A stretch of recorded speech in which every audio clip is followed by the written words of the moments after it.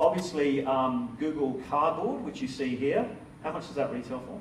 The Google Cardboard's roughly about $20, but you can buy cardboard, make it yourself at home, or whatever, how much cardboard you have at home.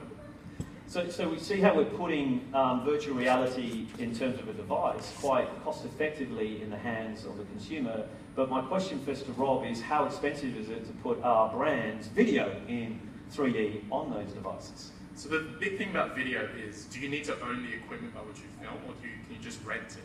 Right now you can buy video rigs that shoot 360 immersive videos for about $500 for the mount. But if you use platforms like 99 Designs, Freelancer, stuff like 90seconds.tv, they're really, really exciting because they give you access to people who know how to use that equipment and then actually produce a video for you.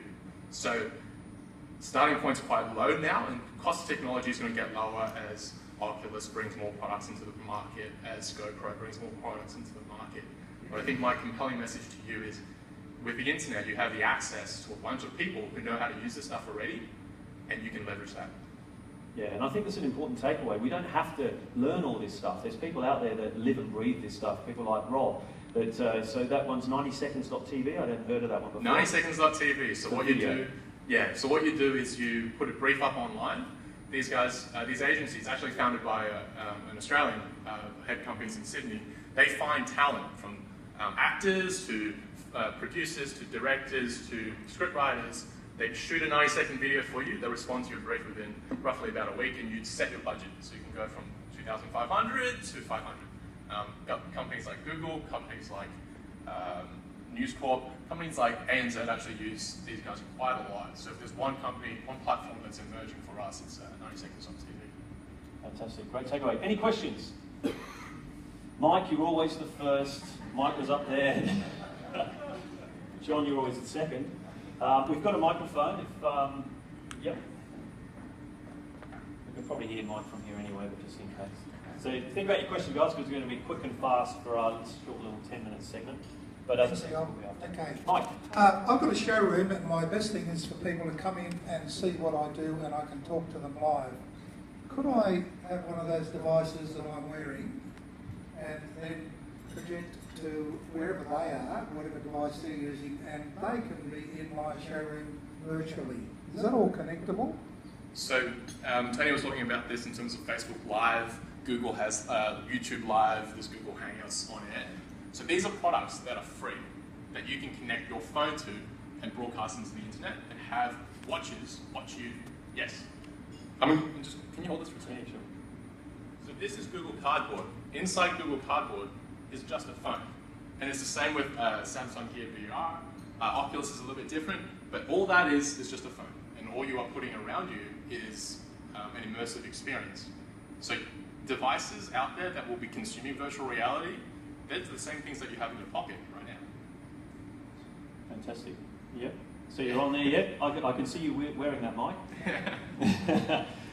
But so yeah, go on. The takeaway is you can broadcast via these platforms that are making it available for you, and it's free, and you can actually reach your customers who are experiencing this. Fantastic. John's next over here. Yeah, hi guys, thanks for the presentation. Throughout the presentation, you were pushing mobile pretty hard, which on a business to consumer I can certainly see. What's your thoughts on mobile from business to business? So mobile for business, I think it's, John, it's everything. I know I used some examples, but I did try and put in there, if you remember, North Face, although that's showing you, and Zumba, definitely business to consumer. But business to business is about how do you show and live your service. So you want to show service. So things like video around customer engagement, in terms of case study video, like you've just got to start thinking about the content that you put out there in terms of how you would normally sell to a customer or present to a customer. How can that be reproduced in a video format or an interactive format? So, infographics, for example, is a visual format. I mean, how many of us have, we try and say, what's our 30-second elevator pitch? You can't explain it, but could you explain it visually? Could you do a very simple, graphical, animated infographic? That's the sort of stuff that works on mobile that people love to see. It's interactive, it's educational, and it's enjoyable. Yeah. And I'm from PwC, we're in the business of B2B marketing. Right? One of our biggest assets are the people that we have out there. And one of the presences that we ask our partners to have is on LinkedIn as well. Right? I bet at least 3 or 4 of you are Googling my name right now in the room on mobile. Why? You're trying to find out a little bit more about me and why I'm speaking about this. So having presences like that help you amplify your presence, not just face-to-face, but also extending the relationship beyond the room today. Any other questions?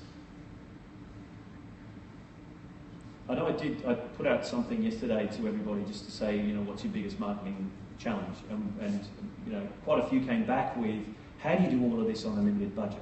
As a small business, this is all great. Where do we start? How do we do things on a small budget? So let's just take the one you just said about getting found. People try Google AdWords, we try pay-per-click stuff, we might do Facebook advertising. What's your kind of take on that? I think the number one fear is getting started, right?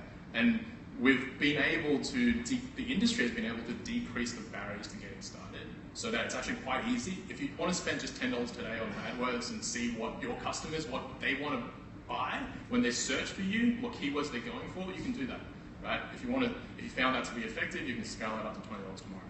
So I think one of the biggest fears is getting that first step, right? Understanding how to do it and then understanding what you can find out of it. But once you get that insight, so I've done Facebook advertising, I've done Instagram advertising, I've done Google advertising. Once you get started, it becomes a really interesting sort of social experiment where you as a marketer are looking at what people are doing and you're trying to find trends, right? Oh, we did this marketing campaign where we were trying to decipher flat lay photography versus on the model photography, right? Ladies in the room, styled 3 ways is a thing. I didn't know what styled 3 ways was before this campaign. It's where you put like a scarf on in the morning, it's the same thing that you wear in the afternoon to the thing that you wear at night. We tracked how all those pieces went into the market. And what we found was, actually on model is really, really effective on social, even though on Instagram it's really good on flat lay. What people wanted and resonated with and clicked through was people, faces, right? And so we found that, and it becomes this really insightful thing around social, understanding the psychology of what we do online, and it becomes really, really exciting. So once you get past the hurdle of getting started, I think it becomes a new way that you can understand how people think and what people do. And for me, that's quite exciting. I was a Bachelor of Psychology and Bachelor of Marketing major, so you can see where some of that influence is coming from. But to your point, there's a whole bunch of Gen Zs that are coming to the market today, right, that have grown up with this technology in their hands. And it's not too much of a barrier to get started. Great. Well, we're going to be available at the end, so you can come and ask if you've got any burning questions that we don't have time for today. Please thank Rob Chan from PwC. A couple of quick slides just to end off with before we finish. If you are all technology excited and you're passionate and you've got an hour to spare today, then join me because I'm actually racing out of here to go for another thing. We're going online. We're doing a thing called a Huginar, which is like a webinar sort of thing with a bit of a difference. We're a bit more cozy and cuddly. But as you can see, some great people on there. Dan Tyer's coming in, beaming in from Phoenix, Arizona. He created this new term called smarketing, where sales and marketing become one today. Darren Adams is from Whisper, Melbourne. They're into the SMS, mobile world, so if you're playing in that field. Melissa Rand's telling us what's happening in China. We're following China in a lot of ways, but what are they doing in technology? And Jocelyn Addy's joining me from Yahoo 7. So all you need to do, enter that code 125904731. I can give you that at the end if you wish, at joinwebinar.com. That's happening at 11:30 today. Just a couple of quick takeaways on your tables there. If you want to work on your website with me, I'd love to do it with you. There's a few flyers about a bootcamp that I do called Lead Generating Website. It's over 5 weeks, 4 people only at each one I do, and we work through your website and create a lead generating website, which is one of those things to help you start working on an omni-channel brand. So please, if you feel engaged and want to do that, grab one of those flyers on your table. The last thing is some takeaways, which is because I said everything's about real time, in your inboxes at 8 a.m. this morning is the following.